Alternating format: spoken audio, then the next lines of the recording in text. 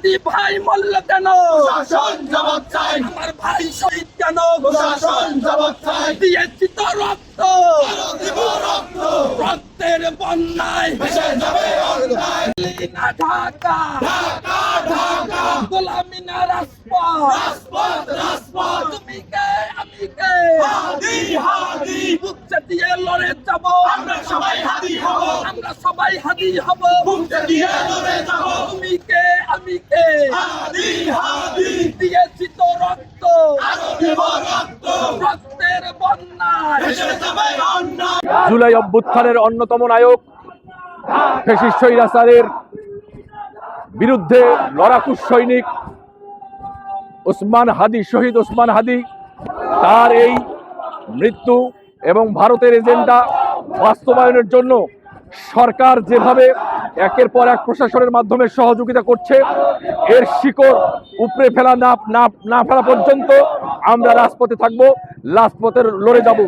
বিশেষ করে ইনকিলাব মঞ্চের মুখপাত্র, ইনকিলাব মঞ্চের অন্যতম নায়ক শহীদ ওসমান হাদি, তাকে যে নির্মমভাবে গুলি করে হত্যা করা হয়েছে, আর কিভাবে একটা খুনি এইভাবে প্রকাশ্যে গুলি করে সে এই বাংলাদেশ ত্যাগ করে ভারতে গিয়ে ভিডিও কলে কথা বলে, এটা অবশ্যই প্রশাসনের দায়ভার গ্রহণ করবে। আমি মনে করব স্বরাষ্ট্র উপদেষ্টা থেকে শুরু করে যারা এই দায়িত্বে রয়েছেন তাদেরকে অনতিবিলম্বে তাদেরকে পদত্যাগ করতে হবে এবং তাদেরকে দায়িত্ব থেকে অব্যাহতি দিতে হবে। না হলে বাংলাদেশের যুব সমাজ, বাংলাদেশের সাধারণ ছাত্র জনতা, বাংলাদেশের সাধারণ মানুষ যেভাবে ফুঁসে উঠেছে, এটা আর থামাতে পারবে না, এটা দবাতে পারবে না। বাংলাদেশে স্বাধীনতার পর থেকে ভারতের অব্যাহত ষড়যন্ত্র আমাদের রাষ্ট্রকে ধ্বংস করে দিয়েছে। আমাদের বুদ্ধিজীবী থেকে শুরু করে রাষ্ট্রের গুরুত্বপূর্ণ নাগরিককে ভারত টার্গেট করে।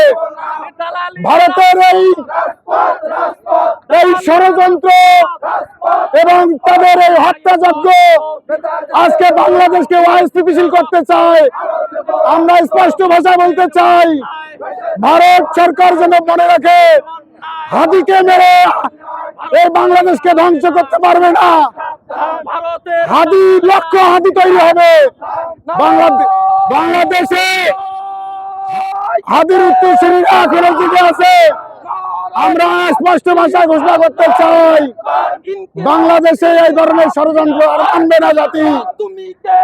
আমরা বাংলাদেশে সুষ্ঠু নির্বাচনের ক্ষেত্রে আমরা একটা শক্তিশালী রাষ্ট্র গঠন করার জন্য ভারতের যে দালালি করে, রয়ের যারা দালাল, তাদেরকে আমরা ধ্বংস করবো ইনশাআল্লাহ।